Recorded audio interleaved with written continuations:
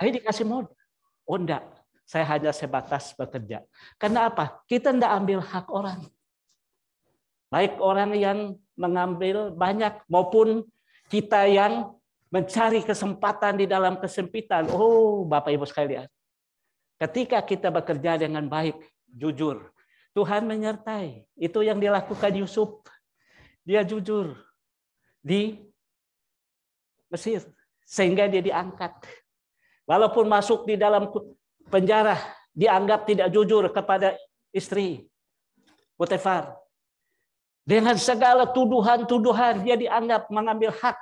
Orang yang benar, adil di hadapan Tuhan, disertai oleh Tuhan. Masuk penjara pun disertai oleh Tuhan.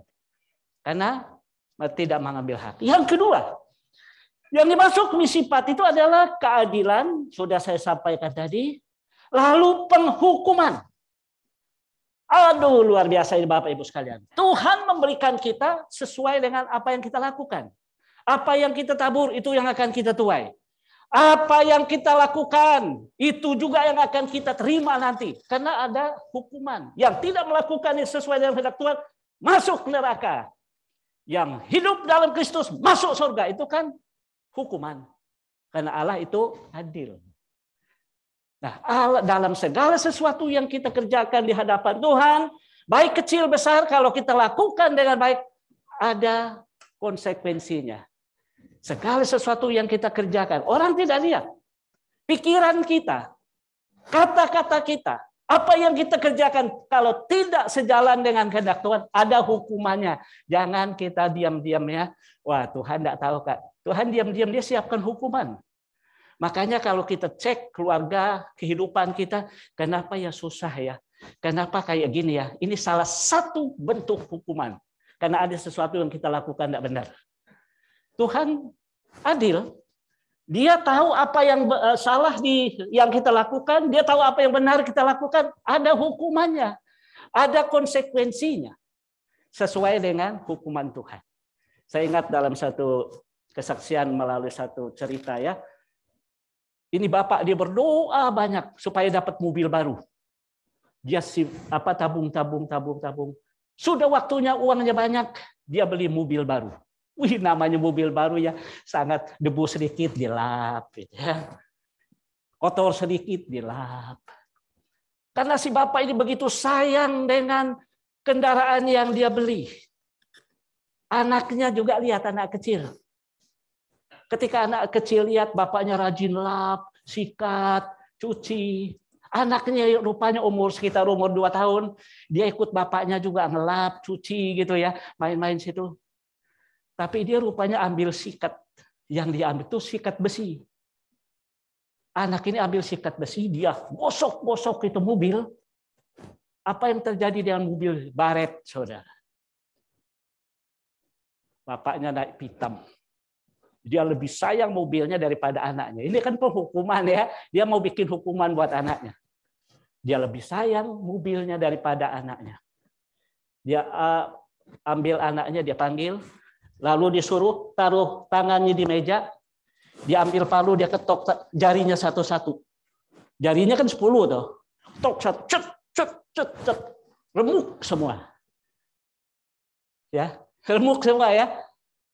Setelah remuk semua, bapak ini dalam keadaan emosi, kaget dia. Tangan anaknya remuk. Dia bawa ke rumah sakit. Lalu di rumah sakit dia minta supaya diobati. Dokter bilang, tulangnya udah remuk, Pak. Tidak bisa dikembalikan seperti semula. Satu-satu cara diamputasi. Ketika itu dipotong semua jarinya, habis. Lalu pulang ke rumah, si anak bilang, Pak, jari saya kapan lagi tumbuh ya, Pak?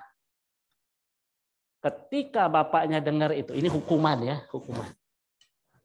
Ketika bapaknya dengar suara anaknya, berkata, kapan jariku tumbuh lagi? Bapak ambil tali, gantung diri. Anaknya tidak balas. Anaknya tidak gebuk dia. Tetapi pukulan melalui kata-kata yang lembut dari seorang anak. Akhirnya bapaknya bunuh diri. Hancur hati. Itu adalah penghukuman. Kadang-kadang cara Tuhan menghukum kita dengan cara di mana kita tidak serius. Penghukuman Tuhan itu adil, Bapak Ibu sekalian. Ketika kita melakukan sesuatu, anak ini tidak berdaya kan?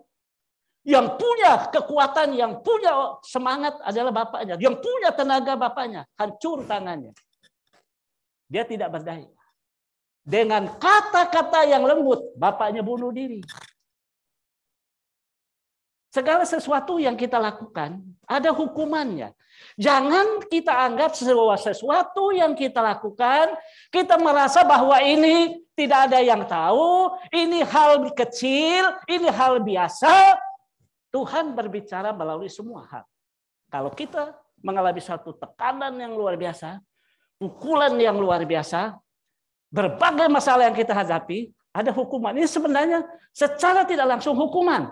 Supaya apa? Namanya misipat, adil artinya adalah hukuman supaya kita kembali kepada porsi yang sesungguhnya.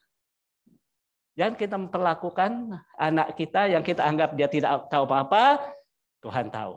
Kita perlakukan orang yang tidak punya kemampuan, mungkin kita merasa kita lagi sekarang punya kekuasaan, punya apa segala macam, kita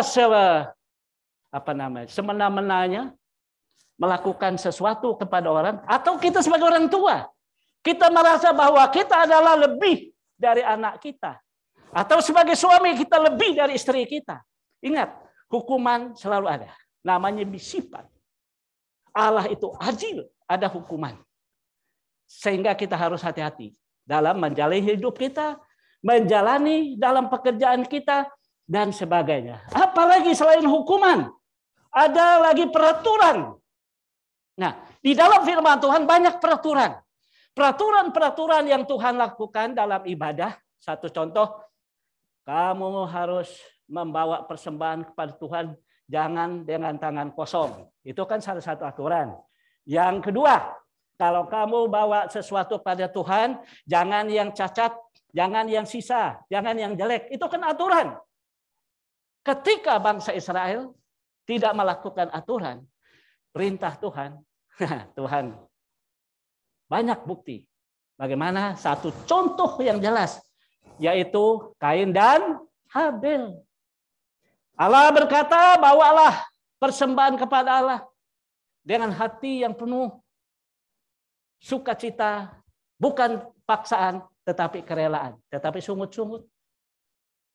Ini juga aturan. Tuhan memberikan aturan, tapi kita melanggar. Nah, ini hak saya.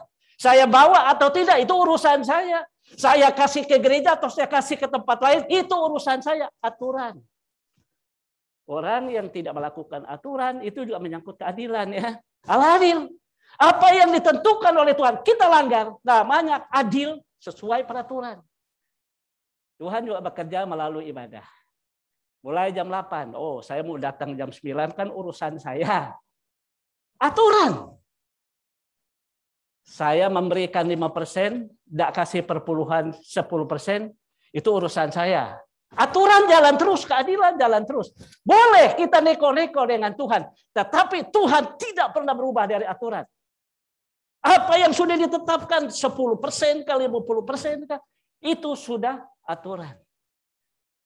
Bapak Ibu mau melanggar lampu merah sesuai dengan aturan, oh ini polisi tidak ada, sikat. Ya kan? Bagaimana dengan hati nurani ini? Polisi tidak tahu, orang tidak tahu, tetapi hati nurani kita berbicara. Kita ikut aturan atau tidak?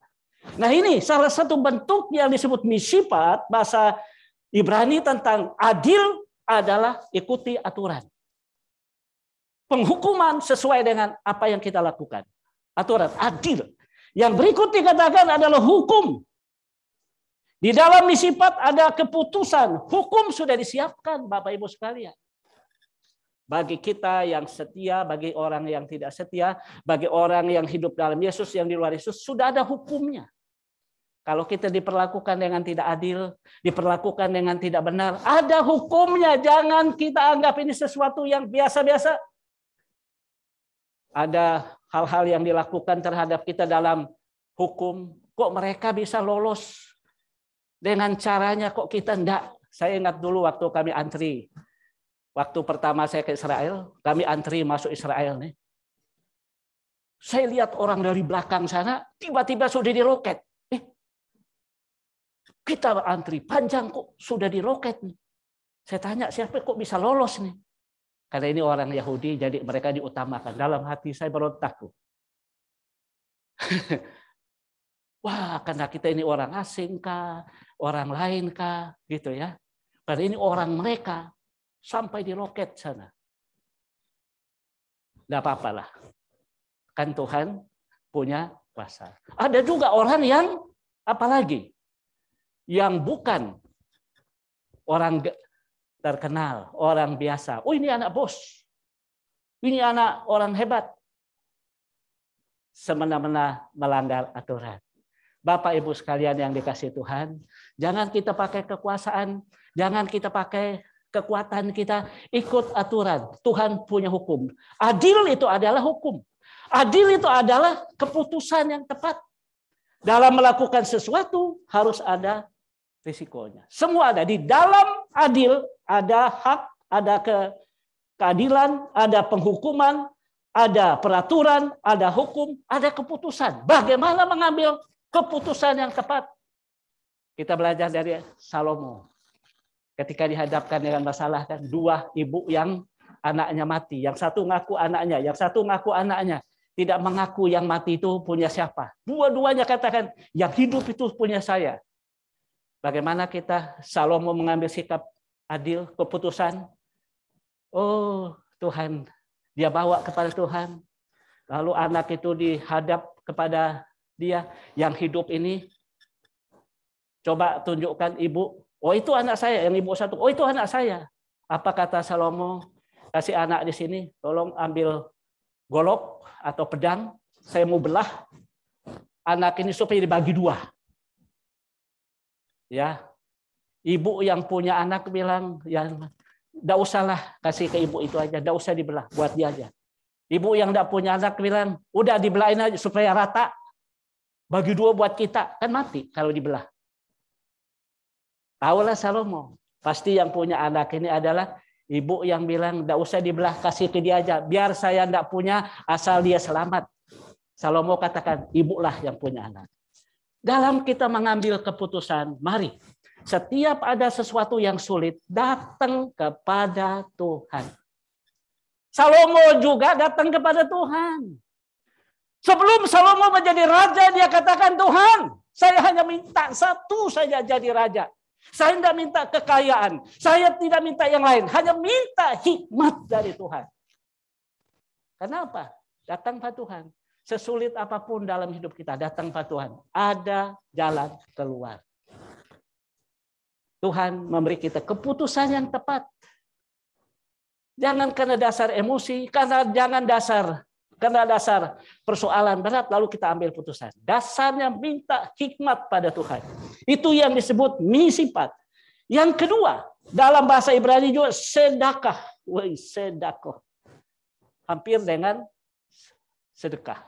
Tapi ini berbicara tentang kejujuran. Sedekah itu tentang kejujuran. Ada kaitannya dengan hak tadi.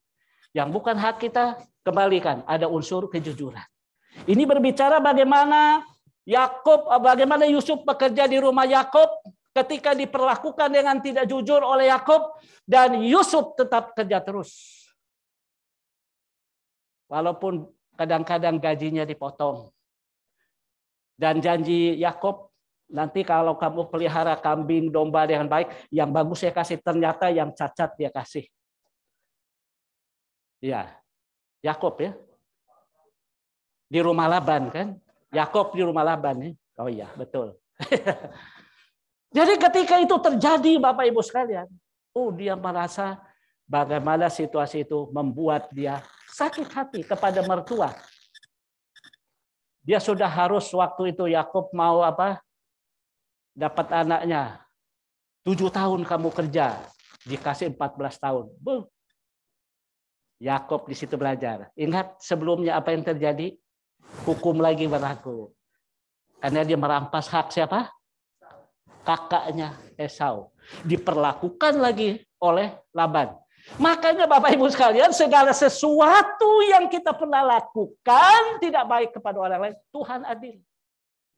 Jangan coba-coba kita melakukan sesuatu yang tidak baik. Yang namanya adil, sesuai keputusan Allah, sesuai hukum Allah, sesuai keadilan Allah, tidak pernah berubah dari situ. Nah, itu yang kedua. Yang ketiga, Bapak Ibu sekalian, yang terkait dengan itu adalah ada lagi satu namanya emet. Bahasa Ibraninya emet sama dengan bahasa Yunaninya aletheia. Itu berbicara kebenaran.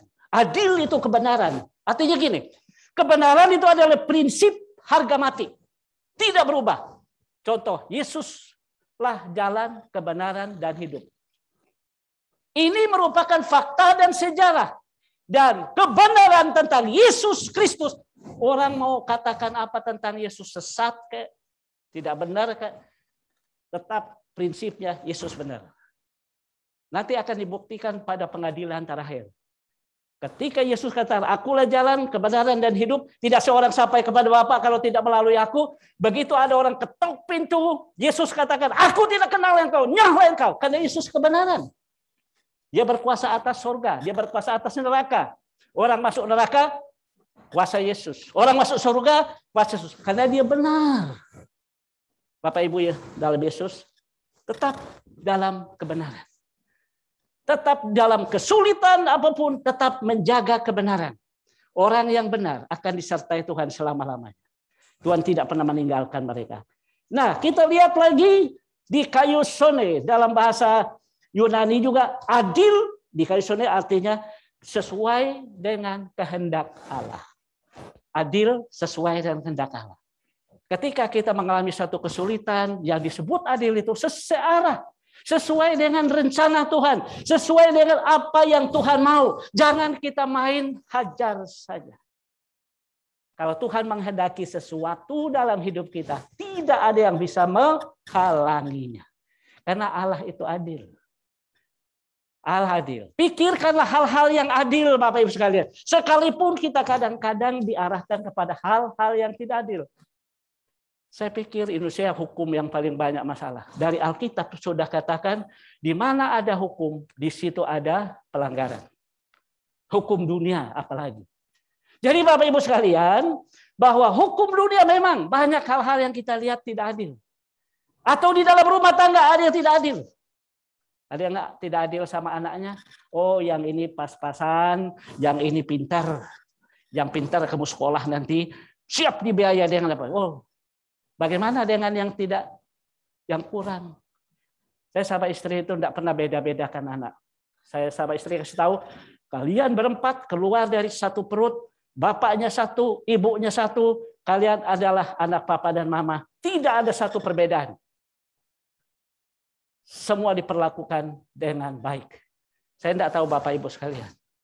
Oh, yang ini anak opung, yang ini anak papa, yang ini anak mama, yang ini anak tetangga. Tidak tahu saya.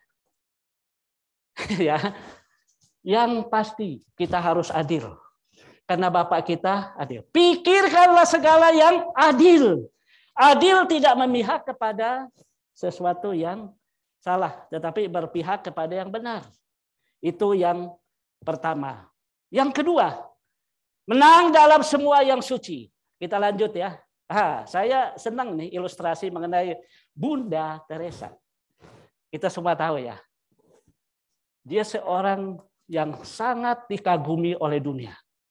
Ketika dia meninggal, ini seorang suster, ibu yang sederhana.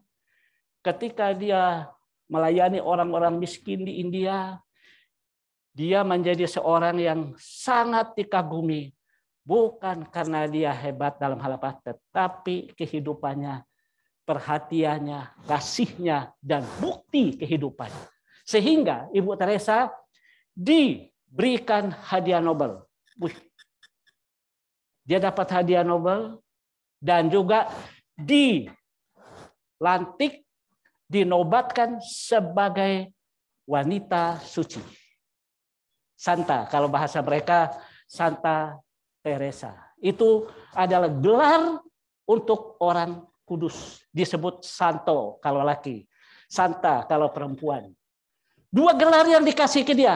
diberikan hadiah Nobel, dan diberikan gelar Santa. Kenapa?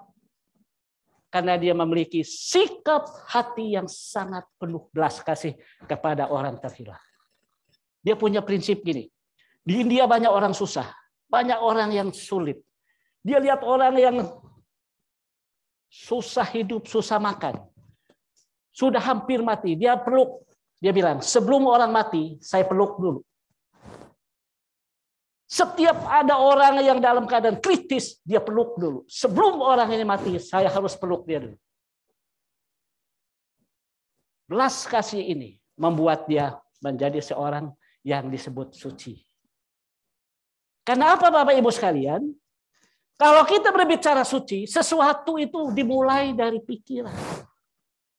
Apa yang kita kerjakan, apa yang diucapkan, apa yang ada di pikiran kita. Apakah kita mikirkan sesuatu yang suci? Di dalam firman Tuhan di sini diketaskan, kita belajar kepada Yesus. Yesus memiliki pikiran. Yang pertama kita belajar Yesus, ia menjaga hatinya. Amsal pasal 4 ayat 23. Jagalah hatimu, karena dari situ keluar aliran kehidupan. Cara kita mengatasi pikiran negatif, yang pertama kita yang jaga. Oh, saya jaga pikiran saya ini luar biasa. Saya tahu. Baca Alkitab saja nih, baru 1 pasal sudah mulai melenceng. Belum 1 pasal nih, mulai melenceng. Oh, saya pikir tadi saya belum WA si A ya. Mulai kacau lagi. Saya berhenti lagi, saya WA lagi. Saya konsen lagi, saya baca. Itu tadi si Anu harus dikunjungi ya. Wah, saya mulai sadar. Semua penting. Tapi salah satu cara kita untuk menguasai hati pikir, kita harus menjaga hati. Kalau kita baca Alkitab, pikiran kita harus terarah. Jaga hati, dalam bahasa Ibrani, hati sama dengan pikiran. Bicara pikiran, bicara hati. Itu satu kesatuan. Kalau di dalam bentuk fisik, kita begini, pikiran di sini, hati di sini. Ya kan? Oh, ini pikiran, ini hati. Nggak mungkin kita bilang, ini pikiran, ini hati. Terbalik. Tetapi di dalam definisi bahasa Ibrani-nya, hati dan pikiran itu sama. Satu kesatuan. Walaupun secara fisik, ini pikiran, ini hati. Tetapi hati dan pikiran secara definisi Alkitabiah adalah satu. Makanya itu dijaga. Ketika kita menjaga, dikatakan sini, kenapa harus dijaga? Dengan apakah kita menjaga hati pikiran kita? Kita lihat selanjutnya. Yang berikut dikatakan 2 Korintus 10 ayat 5. Supaya kita memiliki pikiran suci, standarnya adalah Yesus. Milikilah pikiran Yesus. Paulus katakan begini, kami meruntuhkan pikiran-pikiran dan setiap hal tinggi yang dibangun oleh keangkuhan manusia untuk menentang pengenalan akan Allah. Kami melawan segala pikiran dan menaklukkannya kepada Kristus. Saya waktu baca ayat ini, saya ingat Stephen Tong bilang begini. Dalam catatan sejarah dia berkhotbah keliling dunia. Dalam catatan dia, ada 100 lebih profesor yang terima Yesus. Profesor. Dan ini memberitahukan bahwa orang yang inteleknya tinggi sangat sulit untuk percaya. Merubah mereka tidak gampang. Makanya Rasul Paulus katakan, kami menaklukkan mereka di bawah Kristus. Satu-satunya cara menaklukkan pikiran yang keras, menaklukkan hati yang keras, menaklukkan orang-orang yang sombong, menaklukkan penentang-penentang, dibawa kepada Yesus. Baru takluk. Jangan dihadang dengan golok. Kalau kamu udah dengar golok melayang nih, tidak akan takluk dia. Ini nih, tangan nih, sudah tinju nih. 1 kali pukul, jatuh loh. Jangan dihadang. Dibawa kepada kita. Paulus katakan, kami menaklukkan orang-orang yang menentang, dibawa kepada Yesus. Gimana caranya? Kasih tahu tentang mereka. Yesus, kasih sayang Yesus, pertolongan Tuhan Yesus, dan pengampunan Tuhan Yesus. Sesulit apapun orang yang kita layani, bawa mereka kepada Tuhan Yesus dalam doa kita, dalam pendidikan kita. Bisikkan telinga mereka tentang Tuhan Yesus. Ini yang Rasul Paulus katakan, Bagaimana kita memiliki pikiran Kristus? Salah satunya adalah menawan mereka dalam segala pikiran yang benar. Yang ketiga, mereka harus diperbaharui di dalam roh dan pikiran. Itu yang disebutkan dalam sini. Roh kita diperbaharui. Segala sesuatu kan kita harus diperbaharui hari lepas hari. Bagaimana kita memperbaharui? Baju kotor, bagaimana yang kotor? Baru lagi, dicuci, baru lagi. Kan dicuci. Makanya Yesus katakan di dalam Yohanes 15. Akulah pokok anggur yang benar, kamulah ranting-rantingnya. Kalau kamu tidak tinggal di dalam aku, kamu tidak bisa berbuat apa-apa. Kamu harus dibersihkan lagi. Bersihkannya apa? Melalui firman Tuhan. Melalui firman Tuhan kita dibersihkan tiap hari. Nah, dikatakan di dalam 2 Korintus 5 ayat 10, menang dalam semua yang suci, antara lain dalam berpikir seperti pikiran Kristus, kita ini harus menjadi ciptaan baru. Kita manusia lama. Kalau kita renungkan pikiran kita dulu, perbuatan kita dulu, begitu kita berjumpa dengan Tuhan, berubah semua. Berubah. Pikiran-pikiran kita yang kotor, pikiran-pikiran kita yang sudah dikuasai dengan apa yang kita tonton, dirubah oleh Tuhan Yesus. Paulus mengalami itu. Dulu, saya ini orang Ibrani. Saya seorang ahli Taurat. Saya seorang tokoh agama. Begitu ketemu dengan Yesus, semuanya jadi sampah. Kesombongan. Jadi kenapa? Ketemu dengan Tuhan Yesus, akunya hilang. Bersih. Pikiran hati yang kotor. Pikiran yang sombong. Bersih. Makanya Paulus jadi seorang penginjil yang hebat. Dimulai dari ciptaan baru. Yang lama sudah berlalu. Sesungguhnya yang baru sudah tiba. Mari kita mulai dari situ. Sebagai kesimpulan Bapak Ibu sekalian. Terakhir. Supaya kita tetap menang dalam semua yang adil dan suci. Hal yang harus kita buat pertama. Menjaga hati dan pikiran. Sebab apa? Jagalah hatimu baik-baik. Sebab hatimu menentukan jalan hidupmu. Jagalah pikiranmu baik-baik. Karena pikiran dan hatimu menentukan jalan hidupmu. Menentukan jalan hidup. Ternyata kalau kita lihat jalan hidup kita ini. Apa yang sebenarnya kita pikirkan? Seorang anak muda kerjanya nonton film silat. Baca buku silat. Ketemu kecoa. Kenapa? Semuanya yang ada di sini silat. Ketemu apapun. Kenapa? Sudah dikuasai. Yang dia tonton, yang dia lihat, coba Bapak Ibu perhatikan. Apa yang kita tonton? Ada satu film dulu yang zaman dulu ya, tahun 90-an. Tiap hari itu. Film apa lagi? Lupa saya namanya. Ya, karena saya jarang nonton film. Nah, waktu saya ketemu, kami sedang menonton saya sama istri itu di luar ya, gereja kita ya. Ada satu keluarga sudah hampir retak. Dan keluarga itu diambang kehancuran. Saya sama Ibu Lydia diminta untuk tolong mereka. Dari apa yang diucapkan suaminya. Karena istrinya ini suka nonton film novela kan? Lupa saya lagi. Iya, yang ada cerita rumah tangga kan? Wih, Mercedes betul. Ini saya ingat tuh. Iya, ingat tuh. Saya ingat Mercedes itu. Nah, waktu kami konseling keluarga ini, si suami itu bilang apa? Karena istri saya sering nonton itu. Apa yang dia tonton, dia selalu hubungkan dengan saya. Dia curiga sama saya. Nanti kamu jadi suami kayak gini nih. Benar. Apa yang ditonton, apa yang ditangkap dari film itu, dia selalu mencurigai suaminya. Lama-lama mereka 2 ribut, akhirnya cerai. Apa yang kita tonton? Apa yang kita lihat? Apa yang kita baca? Apa yang kita dengar? Ini yang mempengaruhi pikiran kita. Itu sebabnya jagalah hatimu. Jagalah hatimu baik-baik sebab hatimu menentukan jalan hidupmu. Seperti apa ke depan? Tergantung sekarang. Kalau tidak dijaga ini, dia akan jadi binatang buas. Dia akan menjadi masalah besar bagi kita. Bukan dari luar, tapi dari dalam kita. Yang kedua, Hidup dipenuhi Roh Kudus. Kisah Rasul 1:8.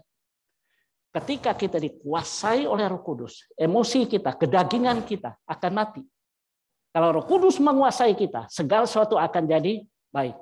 Yang ketiga, ikuti gerakan 365 hari, baca Alkitab. Kenapa? Di dalam Yosua 1:8 kata, tetapi yang kesukaannya adalah Taurat Tuhan. Dan merenungkan Taurat itu siang dan malam. Bayangkan, di dalam Mazmur lagi lebih keren lagi. Kesukaanku adalah Taurat Tuhan. Merenungkan siang dan malam. Kemana aku pergi, aku berhasil. Kenapa? Firman Tuhan itu kunci untuk melihat masa depan kita. Kebanyakan kita malas kan? Kebanyakan kita tidak mau dengar-dengaran kan? Padahal kita udah dengar khotbah banyak, kita udah dengar YouTube banyak, kita udah baca Alkitab banyak. Kok gitu-gitu terus? Karena kita belum menang. Mari hari ini taruh di hati. Sehingga Daud katakan, firman-Mu kutaruh di hatiku, supaya aku tidak berdosa kepadamu. Kiranya Tuhan menolong kita. Isi pikiran kita dengan yang adil dan suci. Tuhan memberkati. Dalam nama Tuhan Yesus, teguhkan kami dari firman-Mu ini. Berkatilah Tuhan, supaya kami berpikir hal-hal yang adil dan suci. Tolong kami Tuhan, supaya kami menang. Di saat kami mendengar firman Tuhan, di saat kami mempraktekannya, semua ini ada hukumnya. Ada hal-hal yang terkait dengan penghukuman. Apa yang kami tabur, itu yang kami tuai. Karena itu adalah bagian dari keadilan Tuhan. Bagian dari firman-Mu dan perkataan-Mu yang suci, tidak berubah, dan tetap konsisten selama-lamanya. Terima kasih Yesus. Teguhkan kami, berkati kami. Haleluya. Amin. Tuhan berkati.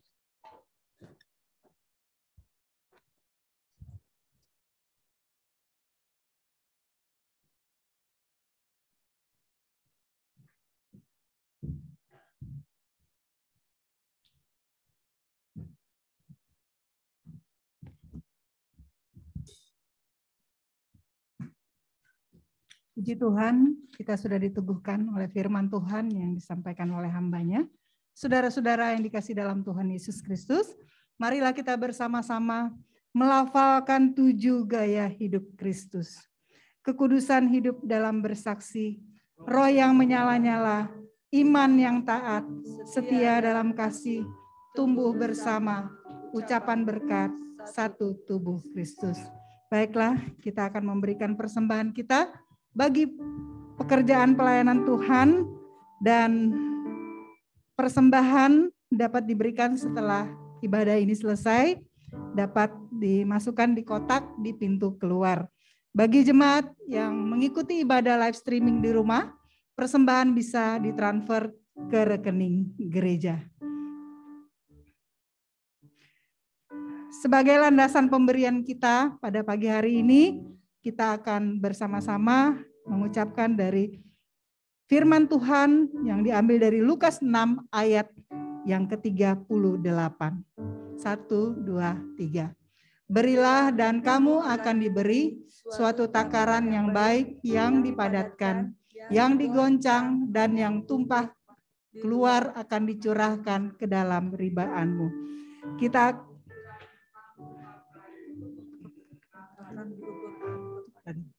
Amin. Kita akan mengangkat pujian dari nyanyian kemenangan iman nomor 157. Haleluya, puji Tuhan. Pujian hormat pada anak Allah.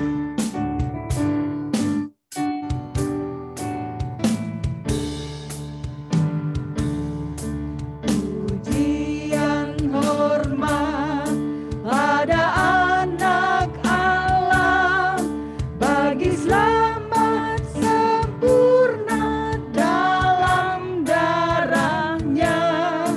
Haleluya, puji Tuhan. Haleluya,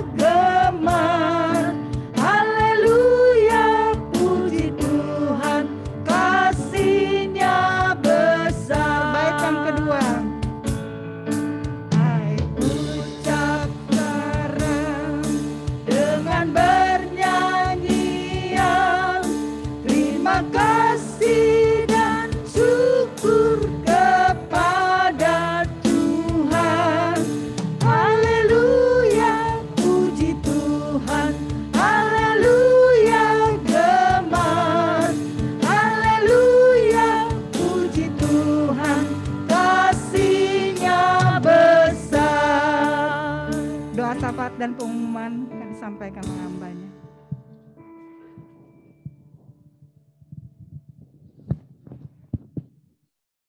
Puji Tuhan, Tuhan memberkati pemberian Bapak Ibu sekalian. Ya, selamat ulang tahun buat mereka yang berulang tahun dalam minggu ini. Tesalonika Siregar tanggal 14, Bapak Yudan Yeheskil Gaing tanggal 16, Olivia Anastasia Rosiani tanggal 16, Wilfred Hertisen tanggal 18, Helen Suryana Sidi tanggal 20. Ada kado dari Amsal 8 ayat 33. Dengarkanlah didikan, maka kamu menjadi bijak. Janganlah mengabaikannya. Selamat ulang tahun buat mereka yang berulang tahun. Tuhan Yesus memberkati. Next pengumuman berikutnya.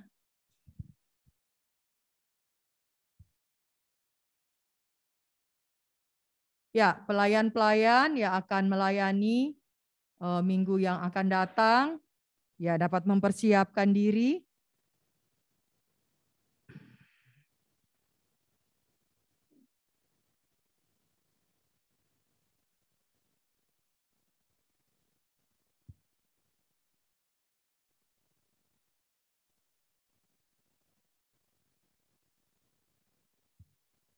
Ya, kita masuk dalam doa syafaat. Bapak Ibu, mari kita bangkit berdiri. Kita akan masuk dalam doa syafaat, nanti setelah itu baru pengumuman. Pujian dan hormat, kemuliaan, kebesaran, keagungan, kejayaan, serta kehormatan hanya bagimu ya Tuhan yang layak menerimanya. Kami bersyukur hari ini kalau kami boleh ada, semua hanya oleh karena anugerah dan kemurahan yang daripada Tuhan. Kami juga bersyukur hari ini kami boleh mendengarkan kebenaran firman-Mu ya Tuhan. Materaikan firman-Mu dalam hidup kami. Dan kami dapat melakukannya hari lepas hari dalam hidup kami. Ajar kami untuk selalu ya Tuhan berlaku yang adil dan suci dalam setiap perjalanan hidup kami. Sehingga kami boleh mengalami kemenangan-kemenangan dari Tuhan. Jagalah hati dan pikiran kami Tuhan, sehingga kami terus berkemenangan dan menjadi alat berkat di tangan Tuhan.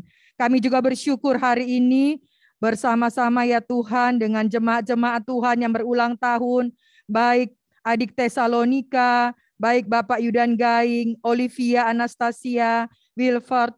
Kami juga doakan buat Helen Suryana, di dalam nama Allah Bapa dan Putra dan Roh Kudus, bertambah usia, bertambah kasihnya mereka kepada Tuhan. Tuhan memberkati mereka dengan limpahnya, kekuatan, kesehatan, umur panjang, berkat-berkat Tuhan dianugerahkan bagi mereka. Memberkati mereka dalam pendidikan, memberkati mereka dalam pekerjaan, apapun yang mereka kerjakan disertai oleh Tuhan. Dan Tuhan membuat berhasil. Keluar dan masuknya, nama Tuhan dipuji, dipermuliakan. Kami juga bersyukur hari ini Tuhan, kalau kami boleh membawa persembahan kami di mezbamu, berkatilah semua pemberian kami ya Tuhan. Kami tahu segala berkat yang kami terima dari Tuhan. Segala kekuatan, kesehatan yang kami datangnya dari Tuhan. Dan kami mau kembalikan segala berkat ini untuk kemuliaan, kehormatan bagi nama Tuhan. Memberkati badan pengurus jemaat, biar mereka dapat mengelola semua berkat Tuhan ini. Dan dapat dipakai untuk kemuliaan, kebesaran, kehormatan bagi nama Tuhan. Kami berdoa untuk seluruh jemaat-jemaat kami dimanapun mereka berada. Tuhan memberkati di dalam usaha dan pekerjaan. Apapun yang dikerjakan disertai oleh Tuhan. Dan Tuhan membuat berhasil. Memberkati juga anak-anak kami yang sedang studi baik dari TK, SD, SMP, SMU sampai perguruan tinggi. Diberikan kepada mereka hikmat, akal budi bijaksana 10 kali melebihi orang luar. Mereka boleh belajar berhasil karena Tuhan. Memberkati Tuhan anak-anak kami. Memberkati juga jemaat-jemaat kami di dalam Tuhan mencari pekerjaan, buka jalan. Sehingga mereka boleh mendapatkan pekerjaan. Dan Tuhan memberkati semua pekerjaan jemaat-Mu. Kami doakan juga para perkarif ya Tuhan. Engkau memberkati mereka dalam masa usia. Tuhan beri kekuatan, berikan kesehatan, iman yang teguh, dan mereka boleh tetap setia kepada Tuhan sampai Tuhan datang menjemput mereka.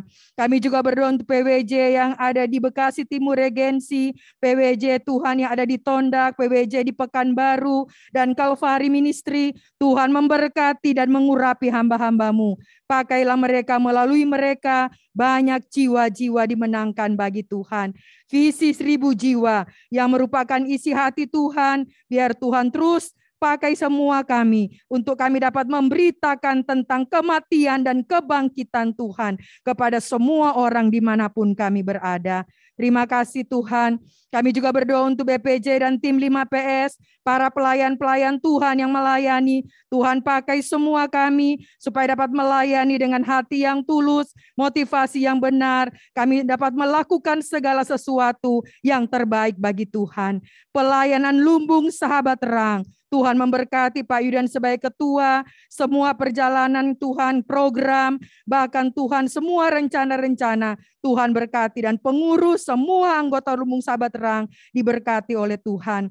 Hamba-hamba Tuhan yang melayani Tuhan, baik di kota, di desa, di pedalaman, suku-suku terasing, para misionaris Tuhan dalam negeri, luar negeri, diberkati dan dipakai oleh Tuhan, menjadi alat keberkatan di tangan Tuhan. Bangsa dan negara kami, Republik Indonesia, kami serahkan kepada Tuhan dari tingkat yang tertinggi. Kami doakan Bapak Presiden kami Tuhan, dan semuanya Tuhan berikan mereka hikmat, akal budi bijaksana, hati yang takut akan Tuhan, dan mereka dapat memimpin bangsa ini dengan benar di hadapan hadirat-Mu. Berkatilah bangsa kami Tuhan, menjadi bangsa yang sungguh diberkati dan menjadi berkat bagi bangsa-bangsa yang lain. Terpujilah Tuhan.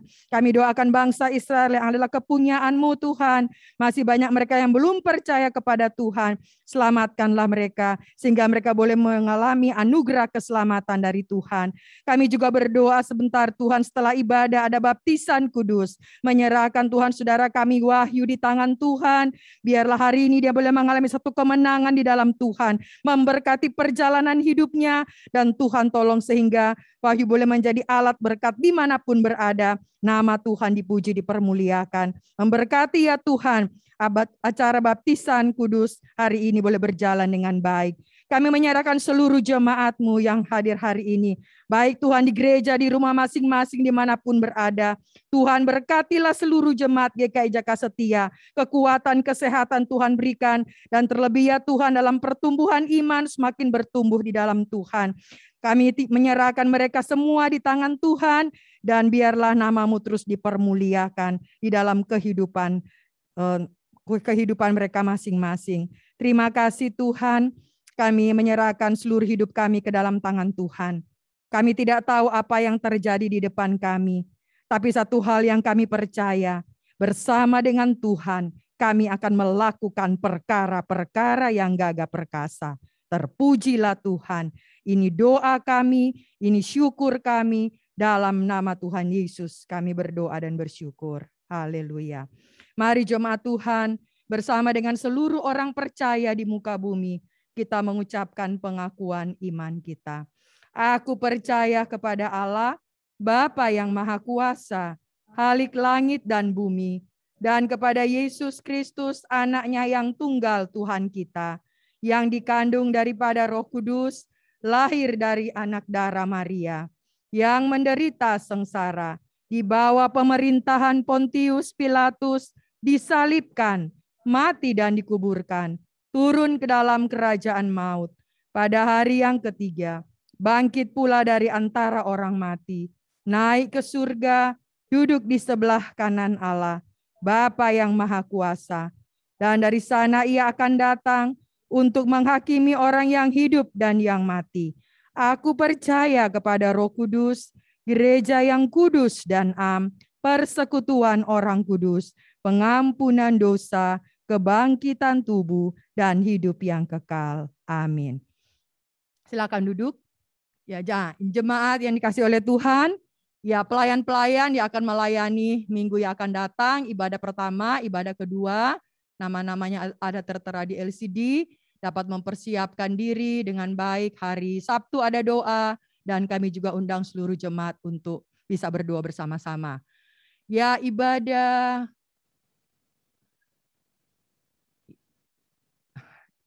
live. Jemaat yang belum sempat ikut ibadah pertama, kedua bisa bergabung di ibadah yang ketiga ya jam 5 sore lewat Facebook Bapak Gembala. Perkawan berdoa, kami mengundang terus semua kaum perempuan, kita ambil 1 jam untuk berdoa bersama-sama. Banyak hal yang kita bisa kerjakan hanya melalui doa. Mari bergabung, yang belum bergabung di setiap hari Jumat jam 8 sampai dengan jam 9. Tuhan memberkati. Ibadah perkarif akan diadakan Kamis tanggal 25 November jam 16, masih lewat Zoom. Tuhan memberkati semua perkarif.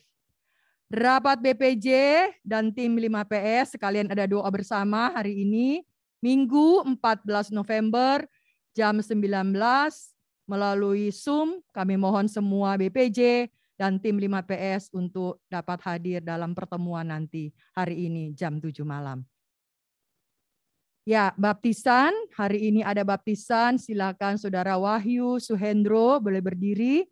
Ya, hari ini Bapak Ibu Wahyu akan dibaptis dalam baptisan yang kudus. Ya, mari kita berikan support. Kita doakan Wahyu terus akan diberkati dan boleh menjadi alat berkat. Terima kasih. Setelah ini ada baptisan, yang mau ikut silakan menyaksikan bersama-sama kita setelah ibadah di lantai pertama. Ya, mari kita bangkit berdiri. Ini ayat hafalan kita. Kita baca bersama-sama. 2, 3. Yohanes 11 ayat 25. Jawab Yesus, akulah kebangkitan dan hidup. Barang siapa percaya kepadaku, ia akan hidup walaupun ia sudah mati. Haleluya. Jemaat yang diberkati oleh Tuhan, siapkan hati kita, kita akan pulang ke rumah kami, ke rumah kita masing-masing. Setelah ibadah, kami berharap untuk kita bisa kembali ke rumah masing-masing, tidak berkerumun, dan tempat ini juga akan dibersihkan. Kita tetap menjaga protokol kesehatan. Terpujilah Tuhan. Mari kita mengarahkan hati dan pikiran kita kepada Tuhan. Angkatlah tanganmu, arahkanlah hatimu kepada Tuhan, dan terimalah janji berkat yang daripada Tuhan. Diberkatilah oleh Tuhan kesehatan seluruh jemaatmu. Diberkatilah oleh Tuhan pekerjaan dan pelayanan jemaat. Diberkatilah oleh Tuhan pertumbuhan iman jemaatmu. Diberkatilah oleh Tuhan di dalam segala hal apapun yang dikerjakannya dan dijadikan oleh Tuhan berhasil. Anugerah daripada Tuhan kita Yesus Kristus, kasih yang kekal daripada Allah Bapa, persekutuan yang manis oleh kuat kuasa Roh Kudus, menyertai, memberkati jemaatnya hari ini, kekal selama-lamanya. Haleluya. Amin. Amin.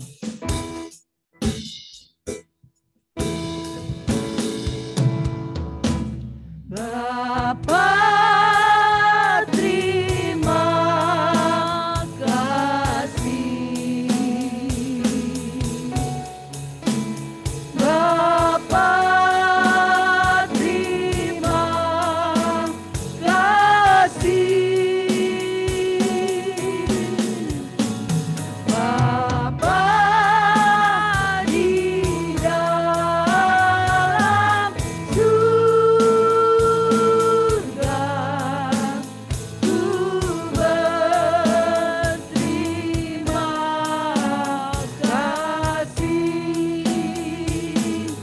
Amin.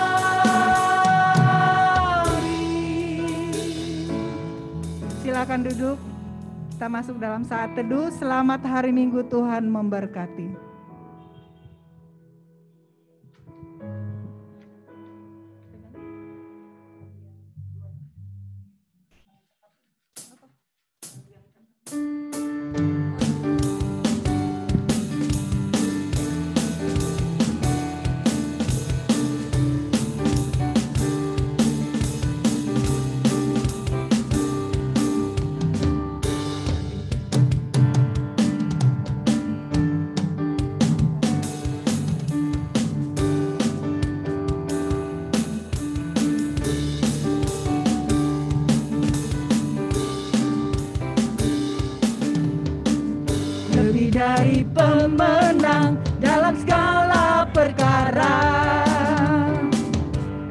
dapat dikalahkan oleh kuasa darahnya. Jika Allah di pihak kita, siapa dapat melawan?